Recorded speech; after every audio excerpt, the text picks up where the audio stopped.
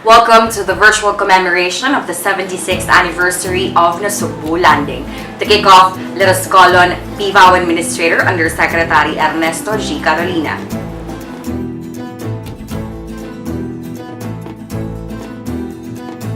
To the people of Nasugbu, the local government executives, and most especially to our dear veterans, good day. On the very shores of Nasugbu, 76 years ago, the American troops landed unopposed owing to the participation and support of the Filipino guerrillas. The information and the intelligence reports the Hunters ROTC guerrillas supplied the U.S. Army forces led to the safe landing of the amphibious forces in Nasugbu.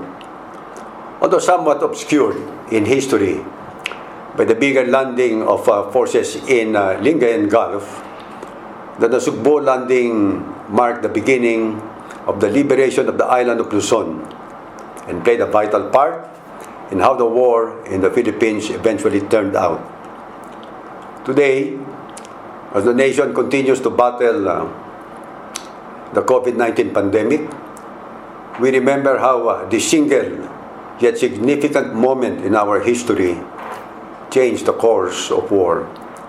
May we continue to be guided by the solidarity and patriotism our freedom fighters have displayed many years ago. May the lessons of our history resonate with all of us as we all become a part of nation building.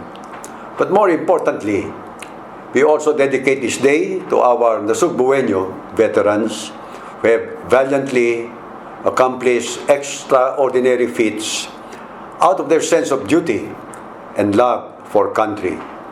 To our heroes, rest assured that we will tirelessly uphold our mission of advocating your welfare.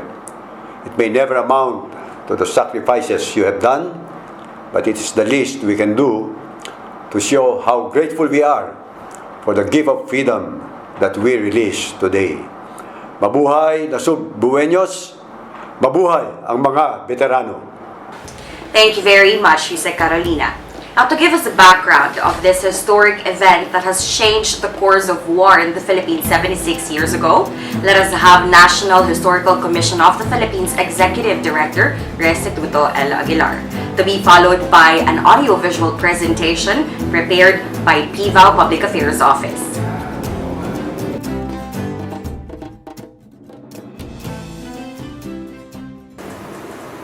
As the American forces gathered in Leyte on the first week of January 1945, Filipino guerrillas in Luzon prepared for their arrival. The Hunters ROTC guerrillas, led by Colonel Terry Adiboso, attacked Japanese communications and transport facilities all over southern Luzon, with similar instructions given to all Hunters free area units in Pangasinan, Zambales, and Bataan.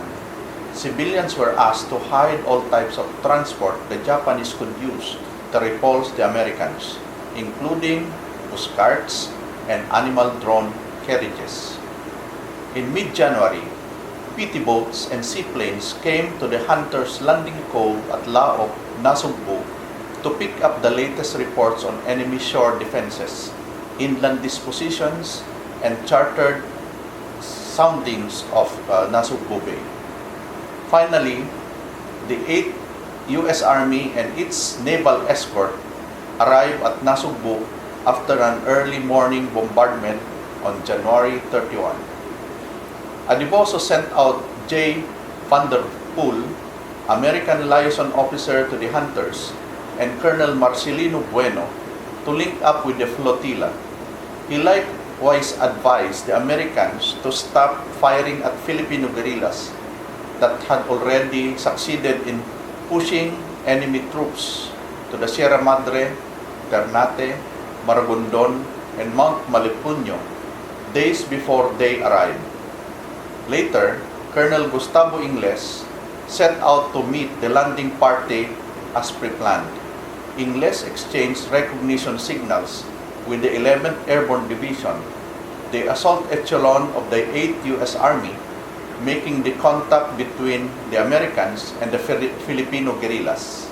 The U.S. 11th Airborne Division commenced a paradrap landing on the shores of Nasugbu in an attempt to hold the southern Japanese occupation forces and prevent them from repositioning northward to engage the 6th U.S. Army in the liberation of Manila. Expecting a 7,000 Japanese opposition force in Nasugbu, the Allied forces were surprised to find out that the shores were largely undefended. Colonel Masatoshi Fujisige instead deployed the bulk of the Fuji force in the Tagaytay Ridge, where they made their defense. The generally unopposed landing at Nasugbu then meant that the Allied forces had a strategically important location where they could land the reinforcement troops for their 6th U.S. Army, which continued to make their way northward. The near-perfect execution of the Nasugbu landings could not be possible if not for the participation of the Hunters ROTC guerrillas, who played an important role in the operations preceding the landings. The ROTC guerrillas supplied the liberation forces with crucial information needed to ensure that the amphibious forces were able to land safely. This landing marked the beginning of the liberation of the island of Luzon from the Japanese occupation. It helped turn the tide of war as the amphibious landings of troops and tons of military equipment and supplies established a line for the American forces to advance towards Manila from southwest.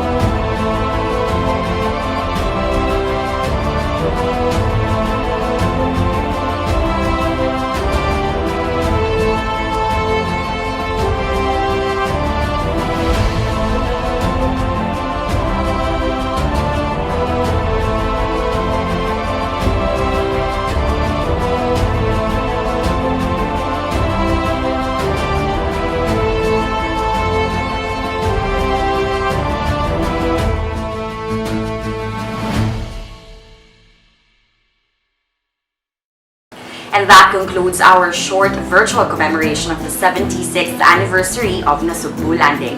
This has been Felicia Lois Lanya. Thank you very much.